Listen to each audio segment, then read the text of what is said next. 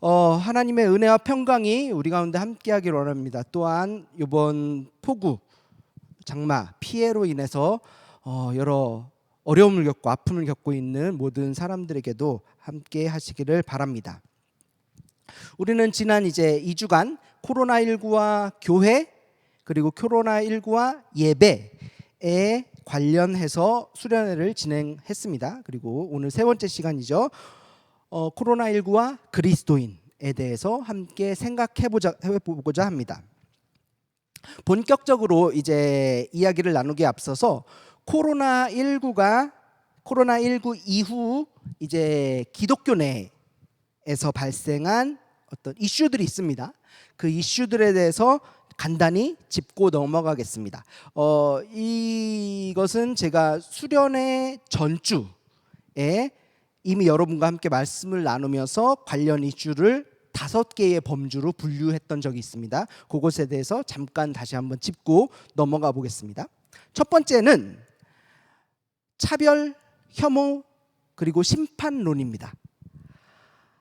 기독교는 중국인, 그리고 신천지, 그리고 성소수자로 이어지는 차별과 혐오의 대상을 딱 상정했습니다. 그리고 코로나19가 그 사람들에 대한 하나님의 심판이라고 주장을 했습니다. 하지만 그러한 어떤 성급한 해석은 코로나19가 전 지구적인 팬데믹 상황이 돼버린 지금의 상황 앞에서 그러한 해석들은 갈 곳을 잃어버리고 말았죠. 두 번째 이슈는 예배, 우리가 현장에서 드리는 이 예배의 대안입니다. 현장에서 많은 사람들이 함께 모여서 드리는 예배의 대안, 이 대안에 대한 충분한 논의가 없이 바이러스가 급작스럽게 퍼졌잖아요. 급작스러운 바이러스 전파 상황에 떠밀려서 온라인 예배가 주요한 대안으로 이제 딱 대두되었습니다. 하지만 이 온라인 예배가 일반적인 우리 현장에서 드리는 예배 형식의 온전한 대안이 될 수 없음을 저와 여러분을 비롯한 대다수 그리스도인들이 몇 달간 경험을 통해서 알 수 있습니다. 알게 되었습니다. 더불어서 온라인 예배와 더불어서 가정 예배, 가정에서 드리는 예배, 그리고 개개인의 일상을 통해서 드리는 삶의 예배, 이런 것들이 현장 예배의 대안으로 이제 대두되었죠. 하지만 이 모든 것이 예배가 무엇인가 하는 이 숙고를 하기 위한 질문만을 제시해 주었을 뿐 온전한 대안은 될 수 없었습니다. 자, 세 번째는 저항입니다.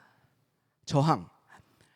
감염병 확산 방지를 위해서 국가 단위의 노력에 대해 기독교가 집단으로 저항의 목소리를 냈습니다.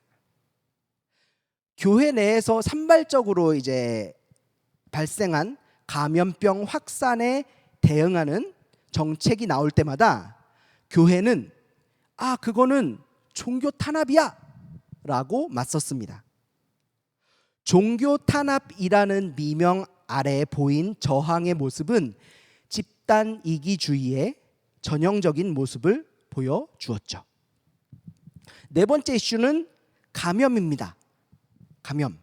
지금은 많이 줄어들었지만 교회를 중심으로 산발적으로 확진자가 막 발생하던 시기가 있었습니다.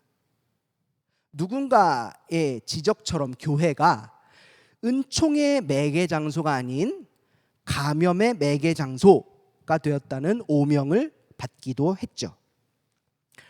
다섯 번째 이슈는 섬김입니다. 앞에 나열한 기독교 내부에서 벌어진 수많은 일이 일면 비상식적으로 보이는 것은 사실입니다. 하지만 더 많은 곳에서 더 많은 그리스도인들이 어려움에 처한 이웃을 위해 나눔과 섬김에 앞장서고 실천한 것도 또한 사실입니다. 온 국민이 같은 어려움을 겪고 있습니다. 그리고 이 나열한 이슈들은 그 어려움에 대해서 같은 그리스도인이라 불리는 이들의 반응입니다. 하지만 그 반응들의 내용은 같은 그리스도인이라 할지라도 사뭇 다르지요. 저는 코로나19 속에서 보여준 사람들의 모습을 크게 두 가지로 나눠보려고 합니다. 첫 번째는 안을 지향하는 이들, 둘째는 밖을 지향하는 이들입니다. 개인적 차원에서 개인적 차원에서 안을 지향하는 이들은 뭐냐? 위기 속에서 스스로의 안전을 갈망하는 이들입니다. 너무도 본능적인 반응이죠. 하지만 개인의 안녕에만 초점이 맞춰진 이들에게 공동체, 더 나아가 사회는, 그리고 국가는 이 개인의 안전을 위한 존재 의미만 가질 뿐입니다. 코로나 초기에 마스크 수급이 어려운 상황 속에서 불만의 목소리를 높인 이들 중 일부가 이 집단, 이 부류에 속한다고 생각합니다. 국민 모두에게 동일하게 마스크를 제공하려는 노력은 안중에 없었고, 내 손에 주어지는 마스크가 부족하다고 해서 불만을 피력했던 이들은 개인의 안전만을 생각하는 안을 지향하는 이들의 전형이라고 생각합니다. 사실 이런 개인의 안위만 생각하는 모습은 우리의 일반적인 신앙생활에서도 발견됩니다. 안을 지향하는 이들의 신앙생활의 목적은 개인 구원입니다. 개인 구원에만 신앙생활의 초점이 맞춰진 이들에게 교회는 구원의 성취를 위한 도구로서의 성격만을 갖게 됩니다. 오늘날 정말 대다수 많은 사람들의 그리스도인들이 이러한 부류에 속한다고 생각합니다. 우리는 교회에서 제공한 신앙 교육을 받고 자라왔죠. 그 결과 복음을 이렇게 설명하는 데에 불편함 없이 동의합니다. 어떻게 설명하느냐, 복음을? 복음은 나의 죄를 위해 십자가에 달려 돌아가신 예수 그리스도를 주로 고백하여 구원을 받아 천국에 가는 것이다. 나의 구원, 내가 천국에 가는 것이 신앙생활의 전부이자 목적이 되어버린 현실입니다. 이런 사람들을 안을 지향하는 이들이라고 부를 수 있을 것입니다. 그런데 이 안을 지향한다는 게 개인의 차원의 문제만이 아닙니다. 어떤 집단이 하나의 개인이 되어 안을 지향할 수도 있습니다. 코로나 전국 속에서 보여준 기독교인들의 행동 일부가 이를 잘 보여줍니다. 한국교회는 위기의 상황 속에서 안을 지향하는 모습을 보였습니다. 코로나19와 관련해서 우리가 속해 있는 감리교단이 있죠. 감리교단에서 2차례 성명서를 냈습니다. 그 내용의 골자는 교회 조직의 유지, 교회 조직을 유지하기에 불리한 정책이 나올 때마다 그 정책에 대한 저항의 내용이었습니다. 하나님의 이름으로 신음하는 이들을 위로하거나 어려운 당하는 이들을 위한 나눔 혹은 섬김의 필요성에 대한 피력이 아니었습니다. 교회가 사랑의 실천에 앞장서거나 국민 모두를 위한 정책적 결정에 솔선하지 않고 눈앞에 유불리만 재는 모습은 안을 지향하는 이들의 모습을 여실히 드러냈죠. 반면에 코로나19라는 위기 속에서 밖을 지향한 이들이 있었습니다. 대구와 경북 지역을 중심으로 막 급격히 확진자가 늘던 시기에 의료진의 부족 문제가 있었습니다.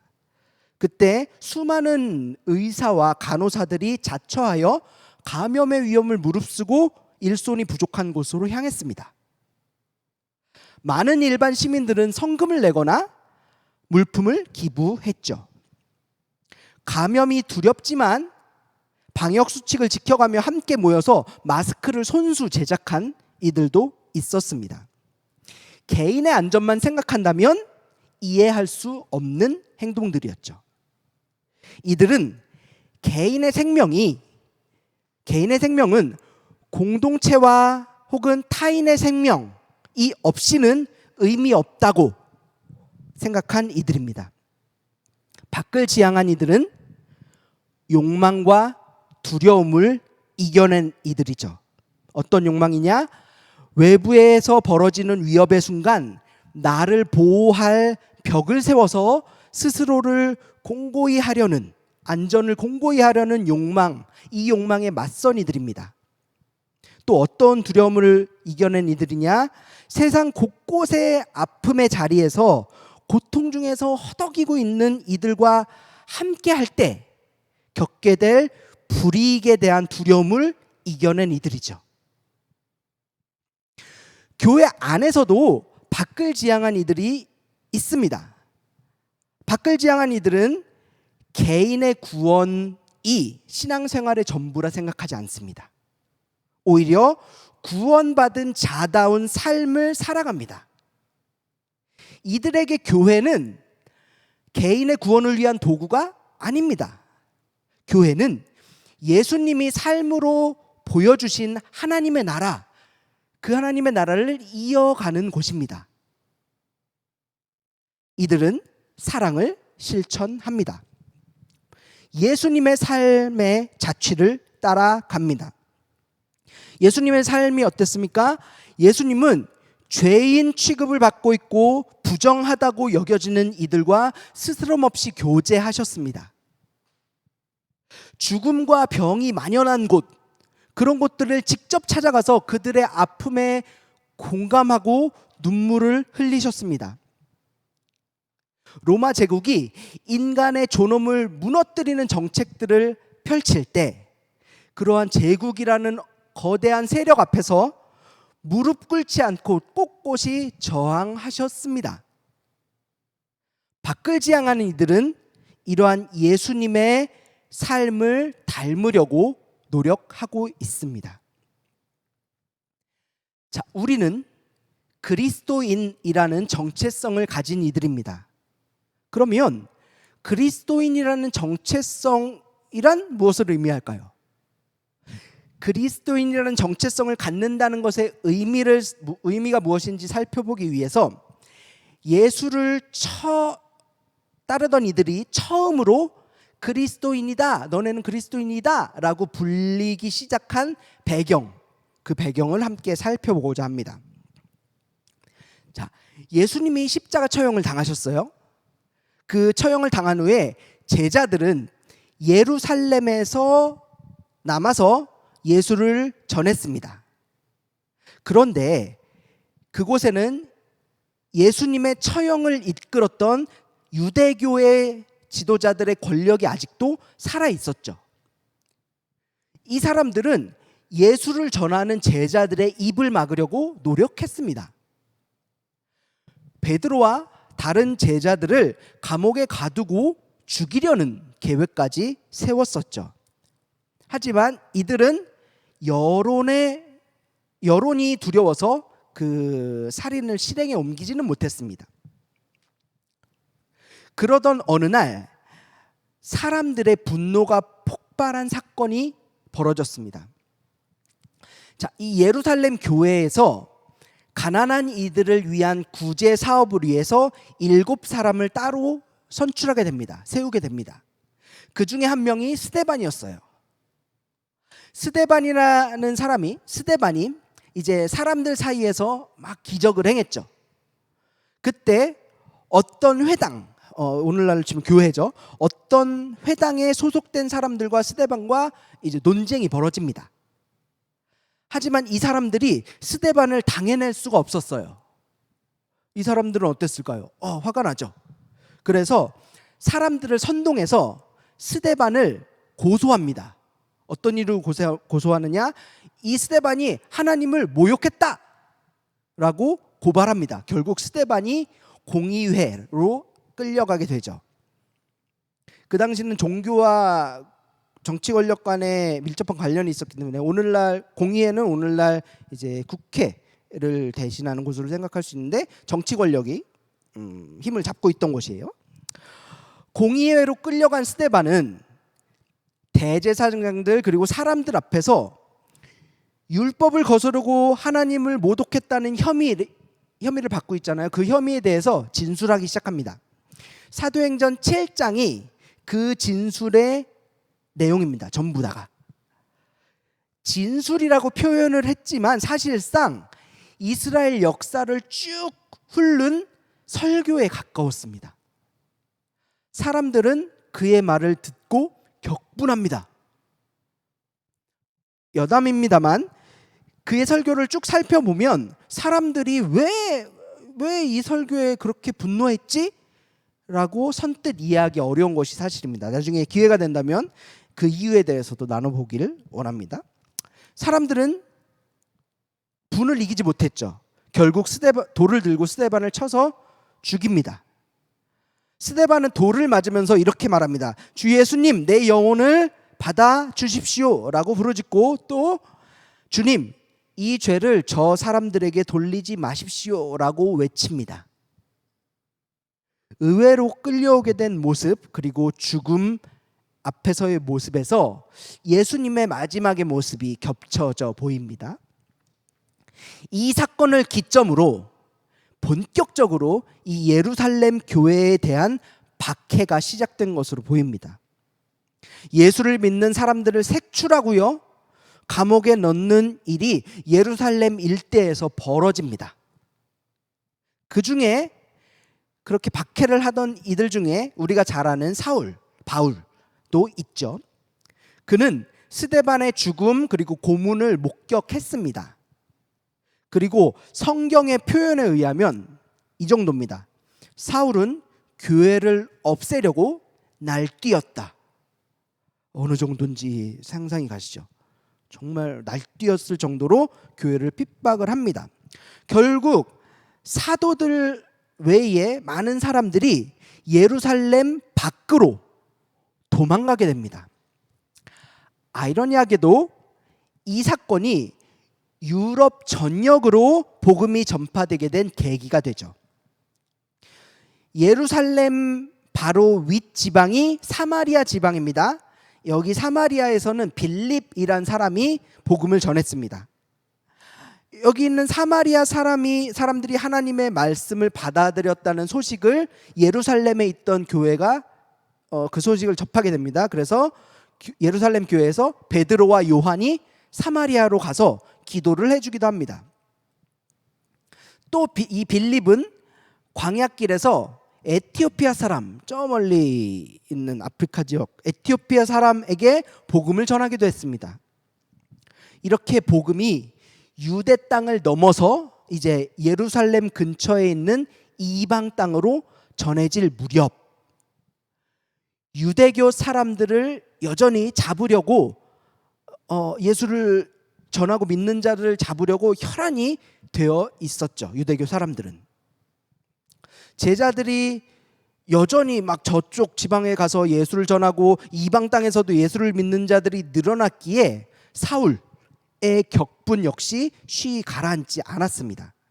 그래서 그는 효과적으로 예수를 전하고 믿는 자들을 잡기 위한 아이디어를 생각해냅니다. 그는 이제 대제사장에게 찾아갑니다. 그래서 이 사마리아보다 윗지방에 있는 다마스쿠스라는 지방이 있습니다. 그곳에 있는 회당에 편지를 보내줄 것을 요청합니다. 그 편지의 내용이 어떤 내용이냐? 그 도, 예수님을 따르는 이들이 믿는 복음이죠. 그 도를 믿는 사람은 남자나 여자나 가리지 않고 닥치는 대로 묶어서 예루살렘으로 끌고 오라 라는 편지의 내용입니다. 이런 편지를 그쪽 지방에 있는 회당, 그쪽 지방에 있는 교회에 보내도록 요청을 한 거죠. 아마 사울이 이 편지를 들고 그 다마스쿠스로 향한 것으로 보입니다. 그런데 다마스쿠스에 거의 다가왔을 무렵에 사울이 신비한 체험을 하게 되죠. 그는 밝은 빛과 함께 예수님의 음성을 들었습니다. 그렇게 그는 극적으로 회심을 하게 되죠. 본래 사람들을 잡아들이려고 다마스쿠스로 향했지만 그곳의 회당에서 사울은 예수가 하나님의 아들임을 선포하게 됩니다. 사울이 회심했다는 소식을 유대교 사람들이 들었겠죠. 그래서 유대교 사람들이 그 사울을 죽일 음모를 세우기도 했지만 실패로 돌아가는 사건이 일어나기도 했습니다. 자, 여기까지가 복음이 예루살렘을 넘어서 주변국으로 퍼져서 이제 유대인뿐만이 아니라 이방인들도 예수님에 대해 듣고 믿게 된 맥락입니다. 이러한 역사적 맥락을 살펴본 이유가 뭐냐 하면은 예수를 따르던 사람들이 그리스도인이란 호칭을 받게 된 곳이 예루살렘이 아니라 이방 땅이었기 때문입니다. 스데반의 죽음으로 사람들이 예루살렘을 떠나서 이제 막 흩어졌을 때 사마리아와 그리고 다마스쿠스보다 더 윗지방, 더 북쪽인 페니키아 그리고 키프로스, 안디옥 이런 데까지 이르게 됩니다. 이 중에 안디옥은 수리아라는 곳의 수도로서 당시 로마 제국에서 세 번째로 큰 도시였습니다. 굉장히 큰 도시였죠. 처음에 그들이 안디옥에 가서는 그곳에 있는 유대 사람들에게만 말씀을 전했지만 이내 외국인들, 헬라인들에게도 말씀을 전파하게 됩니다. 예루살렘 입장에서 저 먼 땅 안디옥에까지 복음이 전해졌다는 소식을 듣습니다. 그래서 또 그들에게 집중적으로 복음을 전하기 위해 사람을 보내죠. 바나바라는 사람을 안디옥으로 보냅니다. 바나바는 안디옥에 가서 자신과 함께 여기서 복음을 전할 사람이 더 필요하다고 생각을 한 것 같습니다. 그래서 안디옥 북서쪽에 있는 다소란 곳으로 가서 한 사람을 데려오는데요. 데려온 사람이 바울입니다. 그들은 바울과 바나바는 안디옥에 1년 정도 머물면서 이제 복음을 전합니다. 성경은 그때야 비로소 예수를 따르는 제자들이 그리스도인이다라고 불렸다고 증언합니다. 안디옥 사람들이, 안디옥에 있는 그 도시 사람들이 있었겠죠. 믿는 사람들 말고 도시 사람들이 예수를 따르는 이들을 그리스도인이라고 부르기 시작한 것입니다. 그런데 이 그리스도인이라는 별칭은 본래 비꼬거나 비하하는 의미였습니다. 그리스도인이란 단어는 헬라어로 크리스티아노스 그리고 라틴어로 크리스티아누스입니다. 이 단어는 크리스토스, 그리스도의 어미 이아노스가 붙은 단어입니다. 크리스티아노스. 이 어미 이아노스의 뜻은 누군가에 속해 있는 노예 혹은 그의 가족들을 지칭할 때 붙이는 어미입니다. 안디옥 사람들이 예수를 그리스도라고 부르는 이 사람들을 비아냥대면서 저들은 크리스티아노스다라고 말한 것입니다. 헬라인들이 이제 이방인들을 일컬어서 바바로이, 막 야만인이라고 불렀고 유대인들이 사마리아 사람들을 개처럼 여겼듯이 안디옥 사람들은 안디옥에 있던 예수를 그리스도로 부르며 따르는 이들을 그리스도인이라고 부른 것입니다. 사도행전 26장 28절에도 이 단어가 등장하는데요. 아그리빠 2세가 바울에게 비꼬며 하는 말입니다. 이 원문을 직역을 하면 이렇습니다. 간단히 말해 내가 나를 몰아세워 그리스도인 노릇하게 하는구나 라는 말입니다. 한글 번역본을 읽으면 이 말의 뉘앙스가 잘 드러나지 않죠. 자, 그러면 안디옥에 있던 사람들이 이들을 그리스도인이라며 부르면서 비아냥거린 이유가 무엇일까요? 왜 비아냥거렸을까요? 성경에는 명확한 이유가 기록되어 있지 않습니다. 하지만 우리 삶 속에서 누군가를 향해 비아냥거릴 때 이유를 살펴보고, 그리고 오늘 본문 그리스도인이라고 불렸다는 이 설명 이후 등장하는 사건을 보면은 그 이유를 우리가 추측할 수 있습니다. 자, 우리 사회에서 멸시 혹은 비아냥거림이 울려 퍼질 때는 언제입니까? 여러 이유가 있겠지만 보통 사회의 일반 상식에서 벗어나는 행동을 하는 사람들, 이들을 향해 비아냥거릴 때가 많이 있죠. 철없는 아이들이 몸이 불편한 친구를 보고 비아냥거리는 경우가 있지요.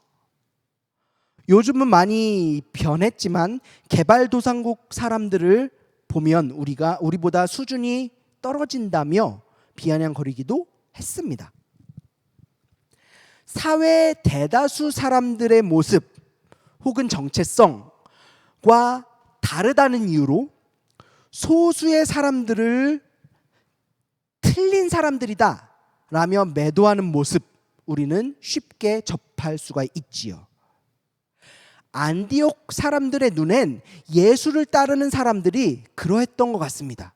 얘네는 우리 일반 평범한 사람들과 달라, 이상해.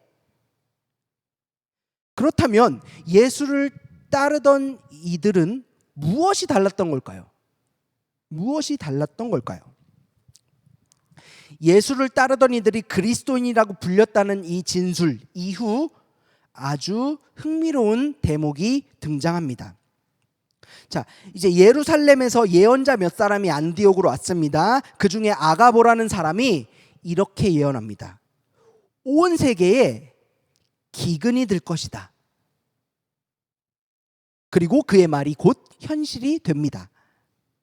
글라우디오 황제 때 많은 사람들이 기근으로 어려움을 겪은 것이죠. 자, 여기서 잠깐 생각해 보기 바랍니다. 오늘날 이러한 기근이 전 세계에 걸쳐 들었다면 과연 강단에서 말씀을 선포하는 사람들은 어떤 이야기를 전했을까요? 예수를 믿고 따른다는 그리스도인들은 어떤 생각을 가지게 되었을까요? 저는 코로나19 사태 속에서 보여준 그리스도인들의 모습이 떠올랐습니다. 아마도 이 기근의 원인을 성급히 파악하려 했을 것입니다. 특정 집단을 택해서 모든 원인을 그들에게 돌렸을 것입니다. 그들을 손가락질하기를 주저하지 않았을 것입니다. 기근이 하나님의 심판이다 라는 메시지가 교회 내에서 울려 퍼졌을 것입니다. 그러면 안디옥에 있던 그리스도인들은 어떤 모습을 보여주었을까요?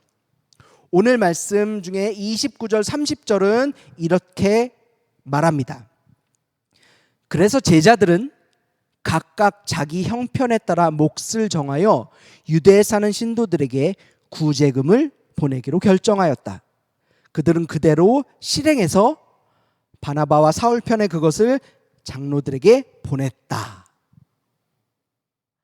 안디옥의 그리스도인들은 하나님의 심판을 이야기하지 않았습니다. 성급히 기근의 원인에 대해서 파악하려는 시도도 하지 않았습니다.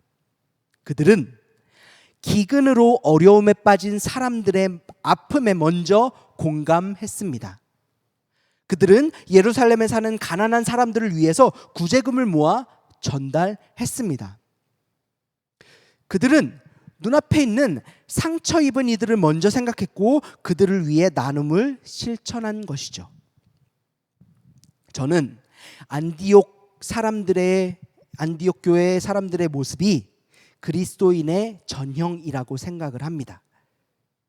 그리고 그들의 모습이 그 당시 사람들의 시각에는 이해할 수 없는 모습이었다고 생각합니다.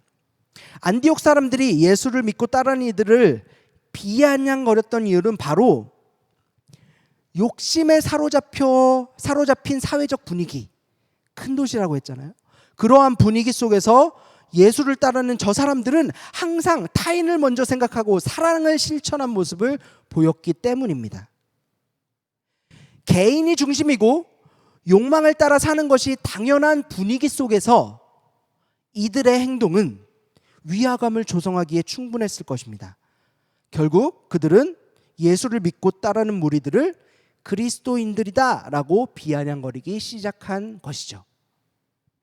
그리스도인의 정체성은 여기에 있습니다. 하나님 사랑과 이웃 사랑, 이 두 가지는 전혀 분리된 것이 아닙니다. 하나입니다. 하나님을 사랑한다고 하면서 이웃에게 관심을 갖지 않는 것, 진정한 하나님의 사랑이 아닙니다. 이웃을 사랑한다고 하면서 그러한 마음을 주신 하나님을 생각하지 못하는 것 역시 진정한 사랑이 아니지요. 오늘날 우리에게 부족한 것은 무엇입니까? 저는 교회 속에서 많은 그리스도인들이 하나님을 사랑한다고 소리 높이는 것, 여기에는 부족함이 없다고 생각합니다. 하지만 코로나 사태 속에서 드러났듯 이웃에 대한 마음, 특별히 아픔과 고통 중에 빠져 있는 이들을 위한 사랑의 마음과 그들을 위한 나눔의 실천이 부족하다고 생각을 합니다. 성급한 심판론에서 잠시 떨어져 보길 바랍니다. 왜 이런 일이 벌어졌는지 원인을 찾으려는 노력에서 한 발짝 멀어져 보길 바랍니다. 그때 우리는 여전히 죽음의 문턱 앞에서 고통받고 있는 사람들이 눈에 들어올 것입니다. 위기의 상황 속에서 더 큰 어려움을 겪고 있는 사회적 약자들이 보일 것입니다. 그리스도인은 바로 그런 사람들을 알아차리고 그들을 위해 무언가를 하는 사람들입니다. 여름터 교회의 목사이자 고백 아카데미라는 곳의 공동대표인 신광은 목사님이 제시한 새로운 모습의 공동체, 새로운 모습의 그리스도인에 대해서 소개해드리고 말씀을 마치고자 합니다. 첫 번째는 모임입니다. 기존의 교회 내의 모임은 유사 모임이었다고 말합니다. 기존의 모임은 개개인의 욕망을 치워버리지 못한 채 모인 모임으로 단지 개개인의 집합이라고 말할 수 있습니다. 하지만 코로나19를 기점으로 우리가 만들어가야 할 모임의 모습은 그리스도인이라는 정체성을 가진 하나의 집단 인격을 이루는 공동체입니다. 우리가 앞서 살펴본 그리스도인의 모습을 가지고 한데 모인다면 우리 가운데 여전히 남아있는 분열, 대립 이런 것들을 극복할 수 있을 것입니다. 두 번째는 예배입니다. 기존의 예배는 제의 중심이었습니다. 예배 형식 자체에 큰 의미를 두는 예배라고 볼 수 있습니다. 그런데 그러한 형식은 하나의 우상이라고 볼 수 있습니다. 하나님 이외에 우리가 집착하는 것들을 우상의 이라 봐도 무관하기 때문입니다. 코로나19 이후 우리의 예배는 하나님의 가치가 인정되는 예배가 되어야 할 것입니다. 기술, 돈, 권력, 성 이런 모든 모양의 우상이 타파된 예배가 되어야 할 것입니다. 세 번째는 기도입니다. 기존의 기도는 어땠습니까? 기존의 기도는 개인의 소원 성취의 수단의 역할만 했던 것이 사실이죠. 기도는 자판기 앞에 서 있는 자의 모습과 비슷합니다. 간절한 기도는 고액권 집회고요. 그것을 통해 내가 원하는 무언가를 선택하고 얻을 수 있다고 생각하는 것이 여태까지 우리의 기도였습니다. 코로나는 우리의 눈을 열어주었습니다. 우리는 감염병이 모든 사람에게 동등하지 않음을 목도했습니다. 따라서 우리의 기도는 세속, 죄, 중독, 억압, 불평등에 맞서는 투쟁하는 기도가 되어야 할 것입니다. 이 투쟁이라는 다소 호전적인 단어를 사용했지만 불평등을 유지하려는 세력의 힘은 더 강하고 더 교활하기에 그런 것들을 생각한다면 우리의 기도는 그에 맞설 만큼의 결연함이 있어야 한다고 생각합니다. 네 번째는 전도입니다. 기존의 전도는 어땠습니까? 기존의 전도는 교회의 몸집 불리기에 지나지 않았습니다. 돈과 인력의 결집이 성공이라는 세상의 평가 잣대가 고스란히 교회 내에서도 사용되어 왔습니다. 따라서 어떻게든지 세를 불리려는 노력의 일환으로서 공격적인 전도를 했던 것이 사실입니다. 하지만 우리는 기억해야 합니다. 마가복음 6장에서 예수님은 제자들을 마을로 보내시면서 사람들에게 복음을 전하도록 하셨습니다. 그런데 예수님께서 제자들에게 주신 권능이 무엇이었냐? 병 고침 그리고 귀신을 억누르는 권능이었습니다. 예수님은 제자들이 저기 마을에 있는 인간답게 살아가지 못하고 있는 사람들을 찾아가길 바라셨던 것이고 그들이 온전한 사람이 되도록 도와주길 바랬던 것입니다. 우리의 전도 역시 이러해야 할 것입니다. 세상 도처에 인간의 존엄을 누리지 못하는 사람들이 너무나도 많습니다. 그들에게 찾아가 인간다운 삶을 되찾아주는 것, 그것이 바로 우리의 전도가 되어야 할 것입니다. 종교라는 허울뿐인 옷을 벗어버린 진정한 기독교의 모습을 회복하기 위해서 우리의 모임, 예배, 기도, 전도가 변해야 할 것입니다. 자, 코로나19로 새로운 세상이 열렸습니다. 이 위기의 상황이 우리에게 유의미하게 다가오기 위해서는 우리의 성찰이 필요합니다. 인간다움을 파괴하고 생태계를 파괴했던 과거의 삶의 습관들을 깨닫고 이전의 삶과 결별하는 단호함이 필요합니다. 우리의 신앙도 마찬가지죠. 나의 안위, 나의 욕망만을 채우기 위해 종교를 이용했던 과거의 모습에서 벗어나서 이웃과 더불어 하나님의 나라를 만들어가는 우리가 되어야 할 것입니다. 자, 이제 우리가 그리스도인이라는 정체성을 되찾길 바랍니다. 누군가를 손가락질하려는 유혹을 참고 지금 우리 옆에 있는 우리의 형제 자매들, 나아가서 교회 밖에 수많은 고통받는 이들에게 우리의 사랑을 전하는 그리스도인이 되기를 소망합니다. 함께 기도하겠습니다.